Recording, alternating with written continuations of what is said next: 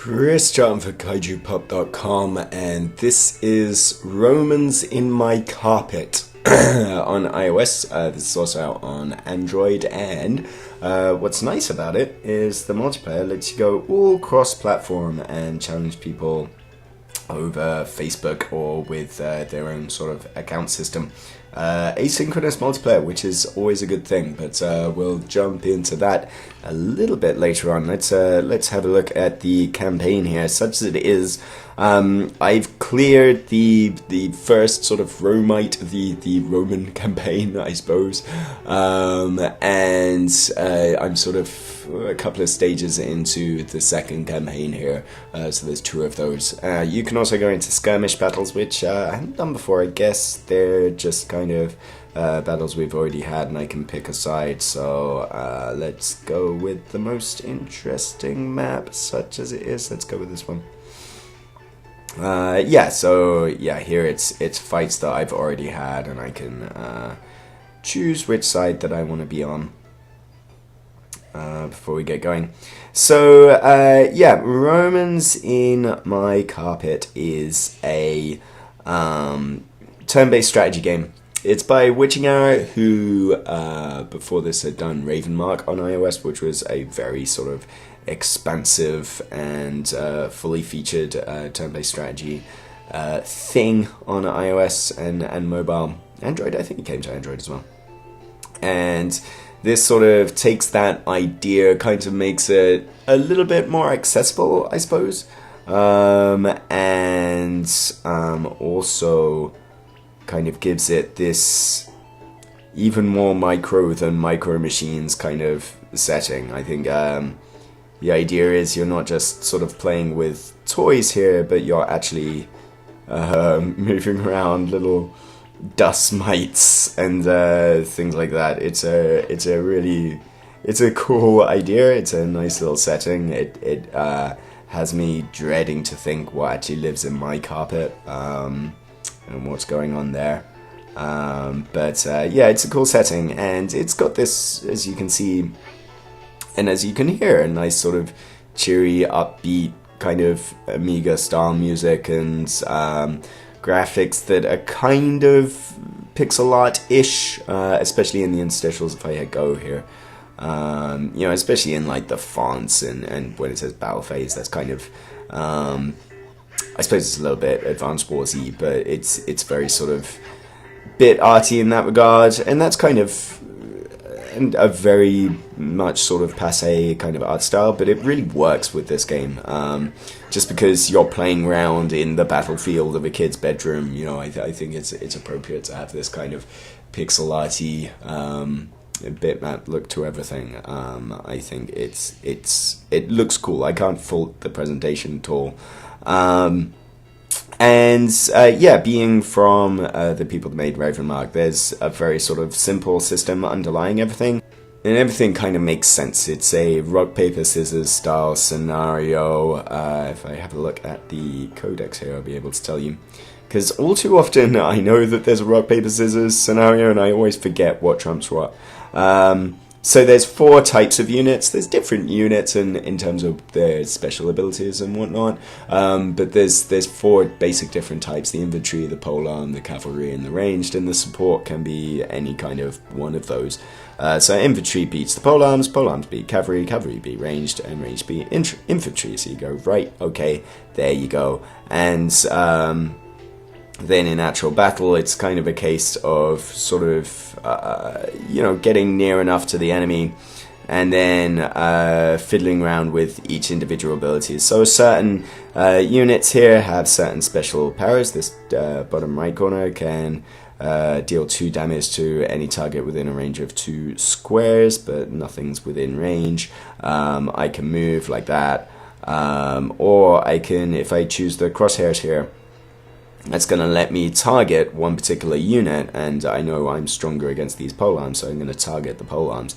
And then I don't have to worry about them for a while. I can change where their focus whenever I want, but basically they'll hound these polearms down. So I'm going to move my cavalry units up. There we go. And I think probably I can. I like the little sound effects they make. It's unerringly cute. And yeah, I mean, you can't. It's one of those that presentationally alone, you want to give it a pass for any flaws it may have, because it just looks so awesome and it sounds great. Let's see here, you on there, and yeah. But it is kind of, actually, this has got a special ability that does massive damage to things that are close by. I'll wait one more turn and wait for everything to fill up. It takes a little while of getting used to, because everything's kind of finely balanced. And also, one mistake that I'm doing are just going through and clicking on different units and seeing what they can do. And I know I can do it because typically the campaign levels so far, at least, have kind of been about brute forcing. But certainly one thing that'll eat you up online is not taking into account the unit order. So or the initiative as the game calls it, where in most turn-based games it's like, okay, I'm going to set up a bunch of actions, then all my units are going to move, and then all their units are going to move. Here there's an initiative system in place, so it's kind of sort of random. No, I think it's random, but there's an order to proceedings anyway. So this cavalry unit's going to move first, then he's going to move second, and then they're going to move third and fourth. So you kind of, at a high level, I think, you have to think about not only where my units are, but where they are in the running order as well. And that's pretty cool. Ravenmark had that too. But yeah, it's a pretty nice idea. So let's go and see how well we do here.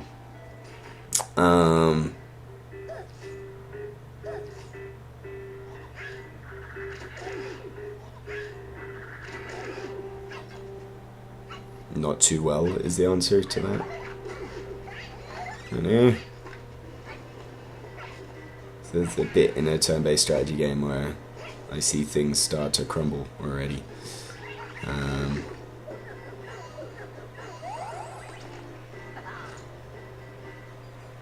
Yeah.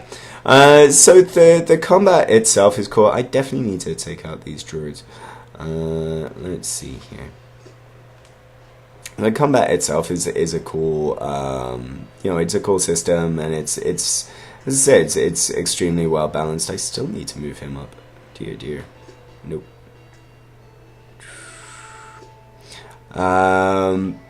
But the problem that I've had with it's not too deep. I think like Ravenmark was extremely complex, and it was it had a price tag to match as well. It was quite expensive at $10 compared to, well, I don't know, relative to a lot of games on the App Store anyway. And I think this is sort of Witching's attempt to make something that's a sort of halfway house that would keep strategy fans happy, but at the same time, is reasonably accessible, I think, is the idea. And the problem with that is, from a single player perspective anyway, the problem with that is that it's a reasonably shallow campaign. It's a bunch of fights, and then you're kind of done. And as you see, as we're seeing here, I can go into a skirmish and just fight a battle again and pick my sides. But there's nothing like character development going on or anything like that. I'm not sort of training units up or anything, and that's fine. But I think the bigger problem is the complexity in the maps. I chose this map because it is, honestly, being an L shape, the most interestingly shaped map in the game, which is kind of a bit of a damning indictment. I think that when you sort of hear the concept behind this game of, hey, we're gonna kind of merge elements of micro machines and playing with tiny little figure things, or tiny little critters in this case. And then we're going to make a turn-based strategy game out of it. It's kind of like, I don't know, my mind already was brimming with ideas of, oh, this would be so cool. It'd just be the obvious little sort of micro machine style concepts you could do with it. It's like you imagine sort of playing in the kitchen and having to cross over, take control of a river of orange juice or whatever, or perhaps having marauding monsters. You could have a cat interfering with play, or a vacuum cleaner or something. I don't know, but that stuff doesn't happen, and it's kind of like, that's fine, but it just kind of leaves things a little bit more dry than I'd hoped, and it just kind of means, as I'm doing here, you kind of start losing your attention and not really focusing on what you're doing, and just sending everybody out and then hitting go. But so many of the fights are just, you're on opposite ends of a large map. There's this one in particular, just the last fight of the first campaign is just sort of behind the TV, and it says you're within the circuitry of a Super Nintendo, and it's just a long stretch of ribbon cable that you're fighting in, and it's just kind of, it's a little bit of a shame. I mean, I'm sure if there were sort of terrain concerns to get into, that would be kind of going against the sort of accessible philosophy that they were going for. It's like, I'm sure there's a reason for it, but it doesn't mean that, every time I'm sort of playing this, I'm thinking about what this could have been rather than what it is. Which is just kind of, it's a little bit, the systems in themselves are cool, and the sort of having special attacks for each thing, and giving people bonuses and things like that. I mean, it's all good stuff. It's just a little bit limited, and more limited than I'd like it to be. These druids are a pain, but I don't really know what I can do about it. Really, I'm not paying attention enough of it anyway. So I mean, what kind of happens ultimately with a lot of battles is what we're seeing now, where we started at opposite ends of the map. We're going to conflagrate around one central point. You cross sort of no man's land, or no dust mite's land, and then you have at it until one of you's dead. And it's, when you remove terrain from a strategy game, it kind of really suffers as a result. And I often, I've found myself over the last few hours thinking, I really want to like this more than I actually do like it. It doesn't help that I'm actually gonna lose here, but I'm gonna get absolutely slaughtered, I think.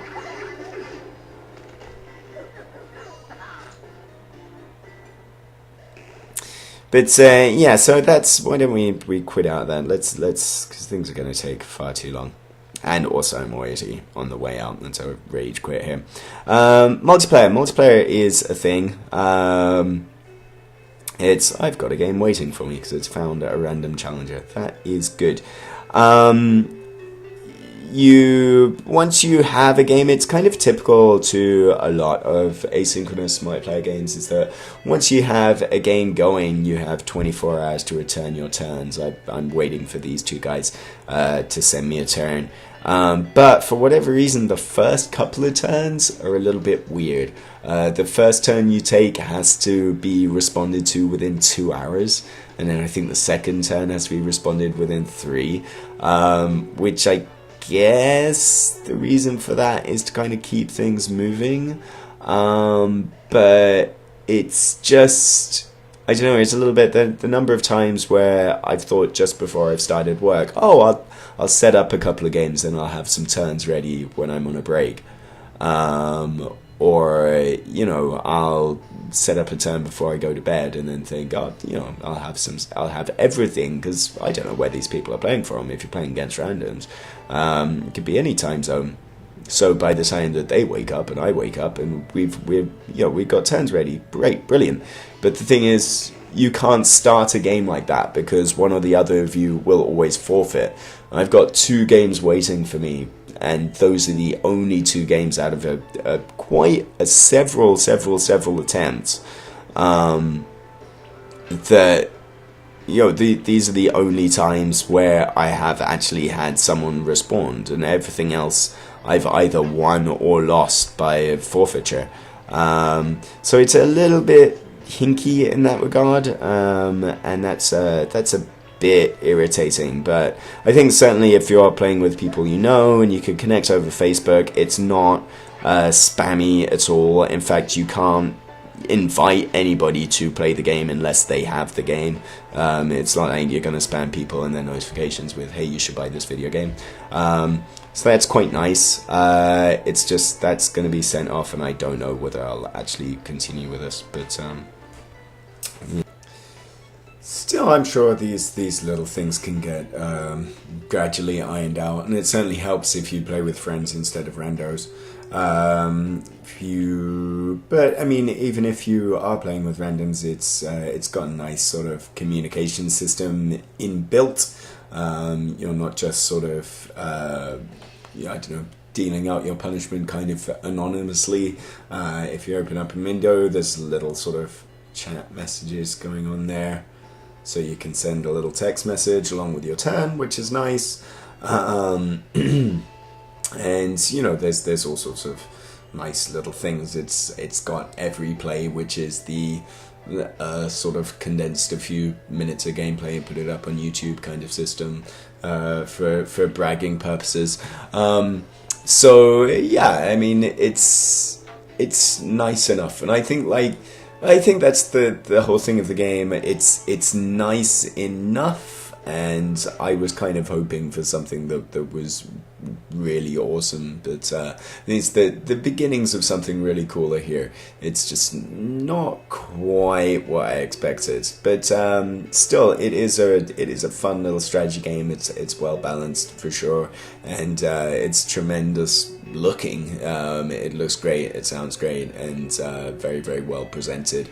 So if you're in the mood for that kind of a pretty strategy game that doesn't quite take things too far in the incredible stakes, then have a look at Romans in My Closet.